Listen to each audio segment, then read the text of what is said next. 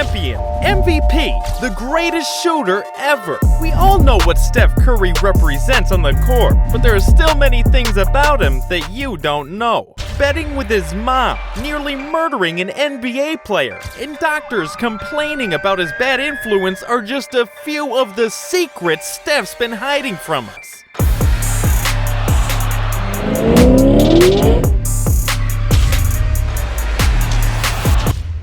Did you know that Steph Curry was a YouTube star before his NBA career? While Steph was attending Davidson College, he and his friends started a YouTube channel where they only posted banger YouTube videos. Their Sunday brunch is golden rule, and last night's girl thinks you're a tool.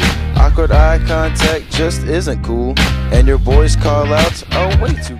They called it the Davidson Show, and they would go around campus doing funny things and being themselves. Hey, I guess Steph was destined to be in front of the camera all along, right? I mean, he achieved his celebrity status by hitting parking lot threes in a game, and apparently, even his iconic mouthpiece that everyone's been obsessing over. See, Steph's mouthguard chewing has been an iconic practice for years. He's either chewing it during a timeout or during his free throw routine, and sometimes he even uses it to chuck it into the fourth row, but that's a whole nother story. But before Steph got the chance to reveal the true reason why he chews on his mouth guards, ESPN released a pretty crazy statistic verifying their theory. Steph's free throw shooting is heavily influenced by biting his mouth guard. He shot 89% from the free throw line in 2014 without wearing his mouth guard, but 92% in the next two seasons, while actually chewing on his mouth guard, a 3% uptick.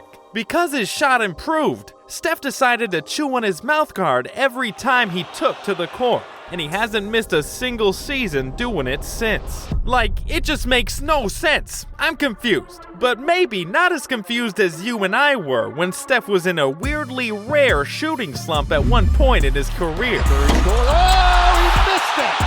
What if I told you that Steph's shooting slump was caused by, dare I say, a strange disease? What if I told you that Steph has a condition that may end his life? You wouldn't believe me, would ya? Throughout his career, Steph made three-pointers 43% of the time and was on pace to surpass all other shooters in terms of accuracy. But Steph suddenly went through his worst shooting slump ever, with his percentage dipping to 36%.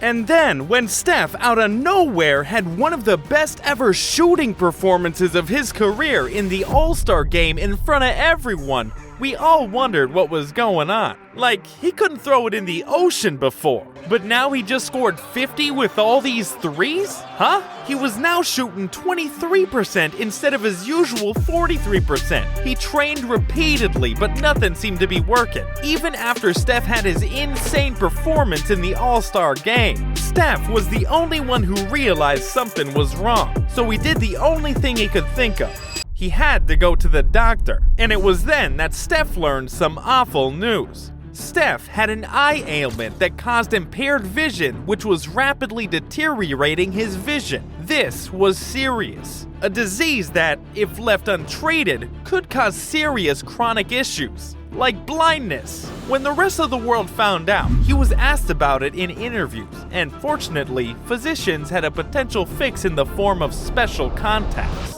When Steph put him in, Curry's three-point percentage increased to a career-high 51% and began looking like the good old Steph we all know and love. But still, it's scary to think about nonetheless. Scary, as in trying to guard Steph on an island one-on-one. Well, it's true that Steph's one of the greatest ball handlers of all time and remains an absolute mastermind on the offensive end. He hasn't always been the greatest at not turning the ball over. Actually, Steph's turnovers started racking enough quickly enough that even his mom had to step in and try to get Steph to avoid all the turnovers. So, what did Steph's mom do? She bet. Yes, bet Steph actual money over turnovers. Steph was averaging more than 3 turnovers a game at the time, so they decided that if he had more than 3 in a game, he had to pay his mom $100 for each turnover. He started off handing her a couple of $100s, but it quickly grew into thousands. By the conclusion of the season, Steph had given the ball out so frequently that he had paid his mother almost $7,000.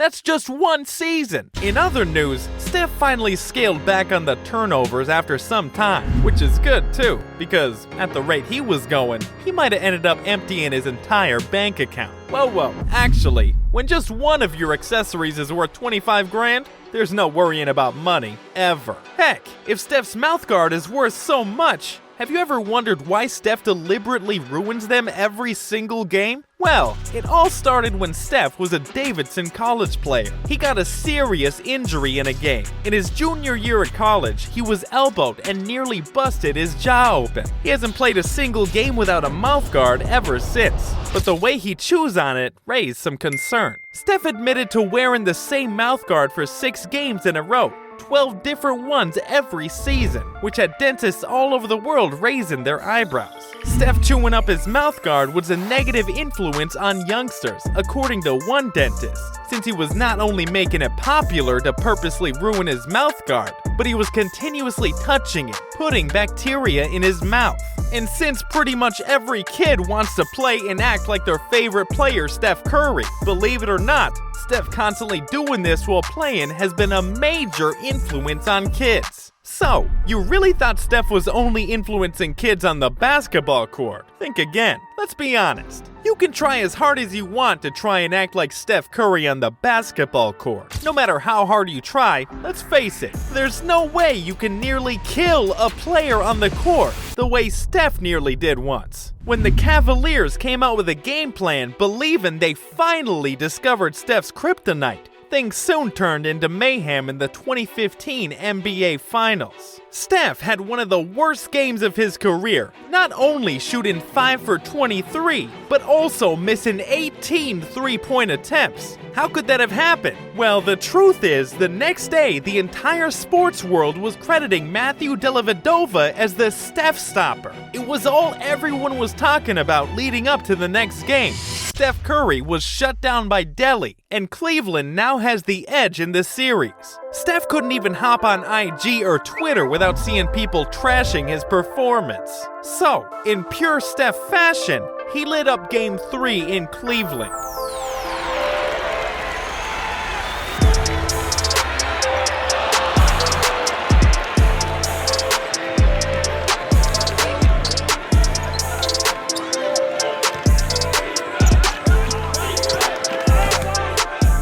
He was unstoppable shot after shot. Although Steph had 7 three-pointers and 27 points, Dellavedova was out there the entire game trying his best to stop Steph. Dellavedova dropped his own 20-point game while diving for loose balls and aggressively guarding Steph.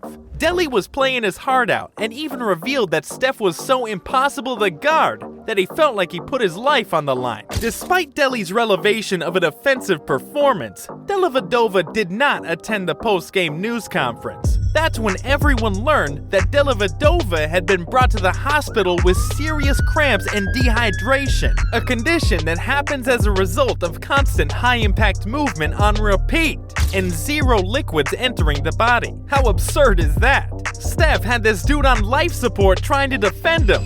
Wild. Steph might have terrorized Delly, but he's done worse, trust me. Because in 2016, Steph cost the Under Armour brand hundreds of millions of dollars.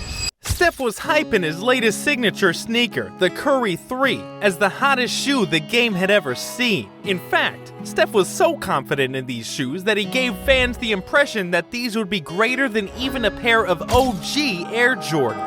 But when fans first saw the shoes, they hated them, calling them ugly, stupidly expensive, and overrated. When the Curry 3s were finally released, the shoes were an insane fail. Foot Locker's CEO admitted that the shoes were a flop. The shoe performed poorly and caused Under Armour to lose approximately $600 million in market value. Maybe if Steph didn't hype him up so much, they wouldn't have ever had such high expectations. We get it, Steph. You're amazing at hitting shots from the logo and doing things on the hardwood. But helping produce the greatest shoe ever?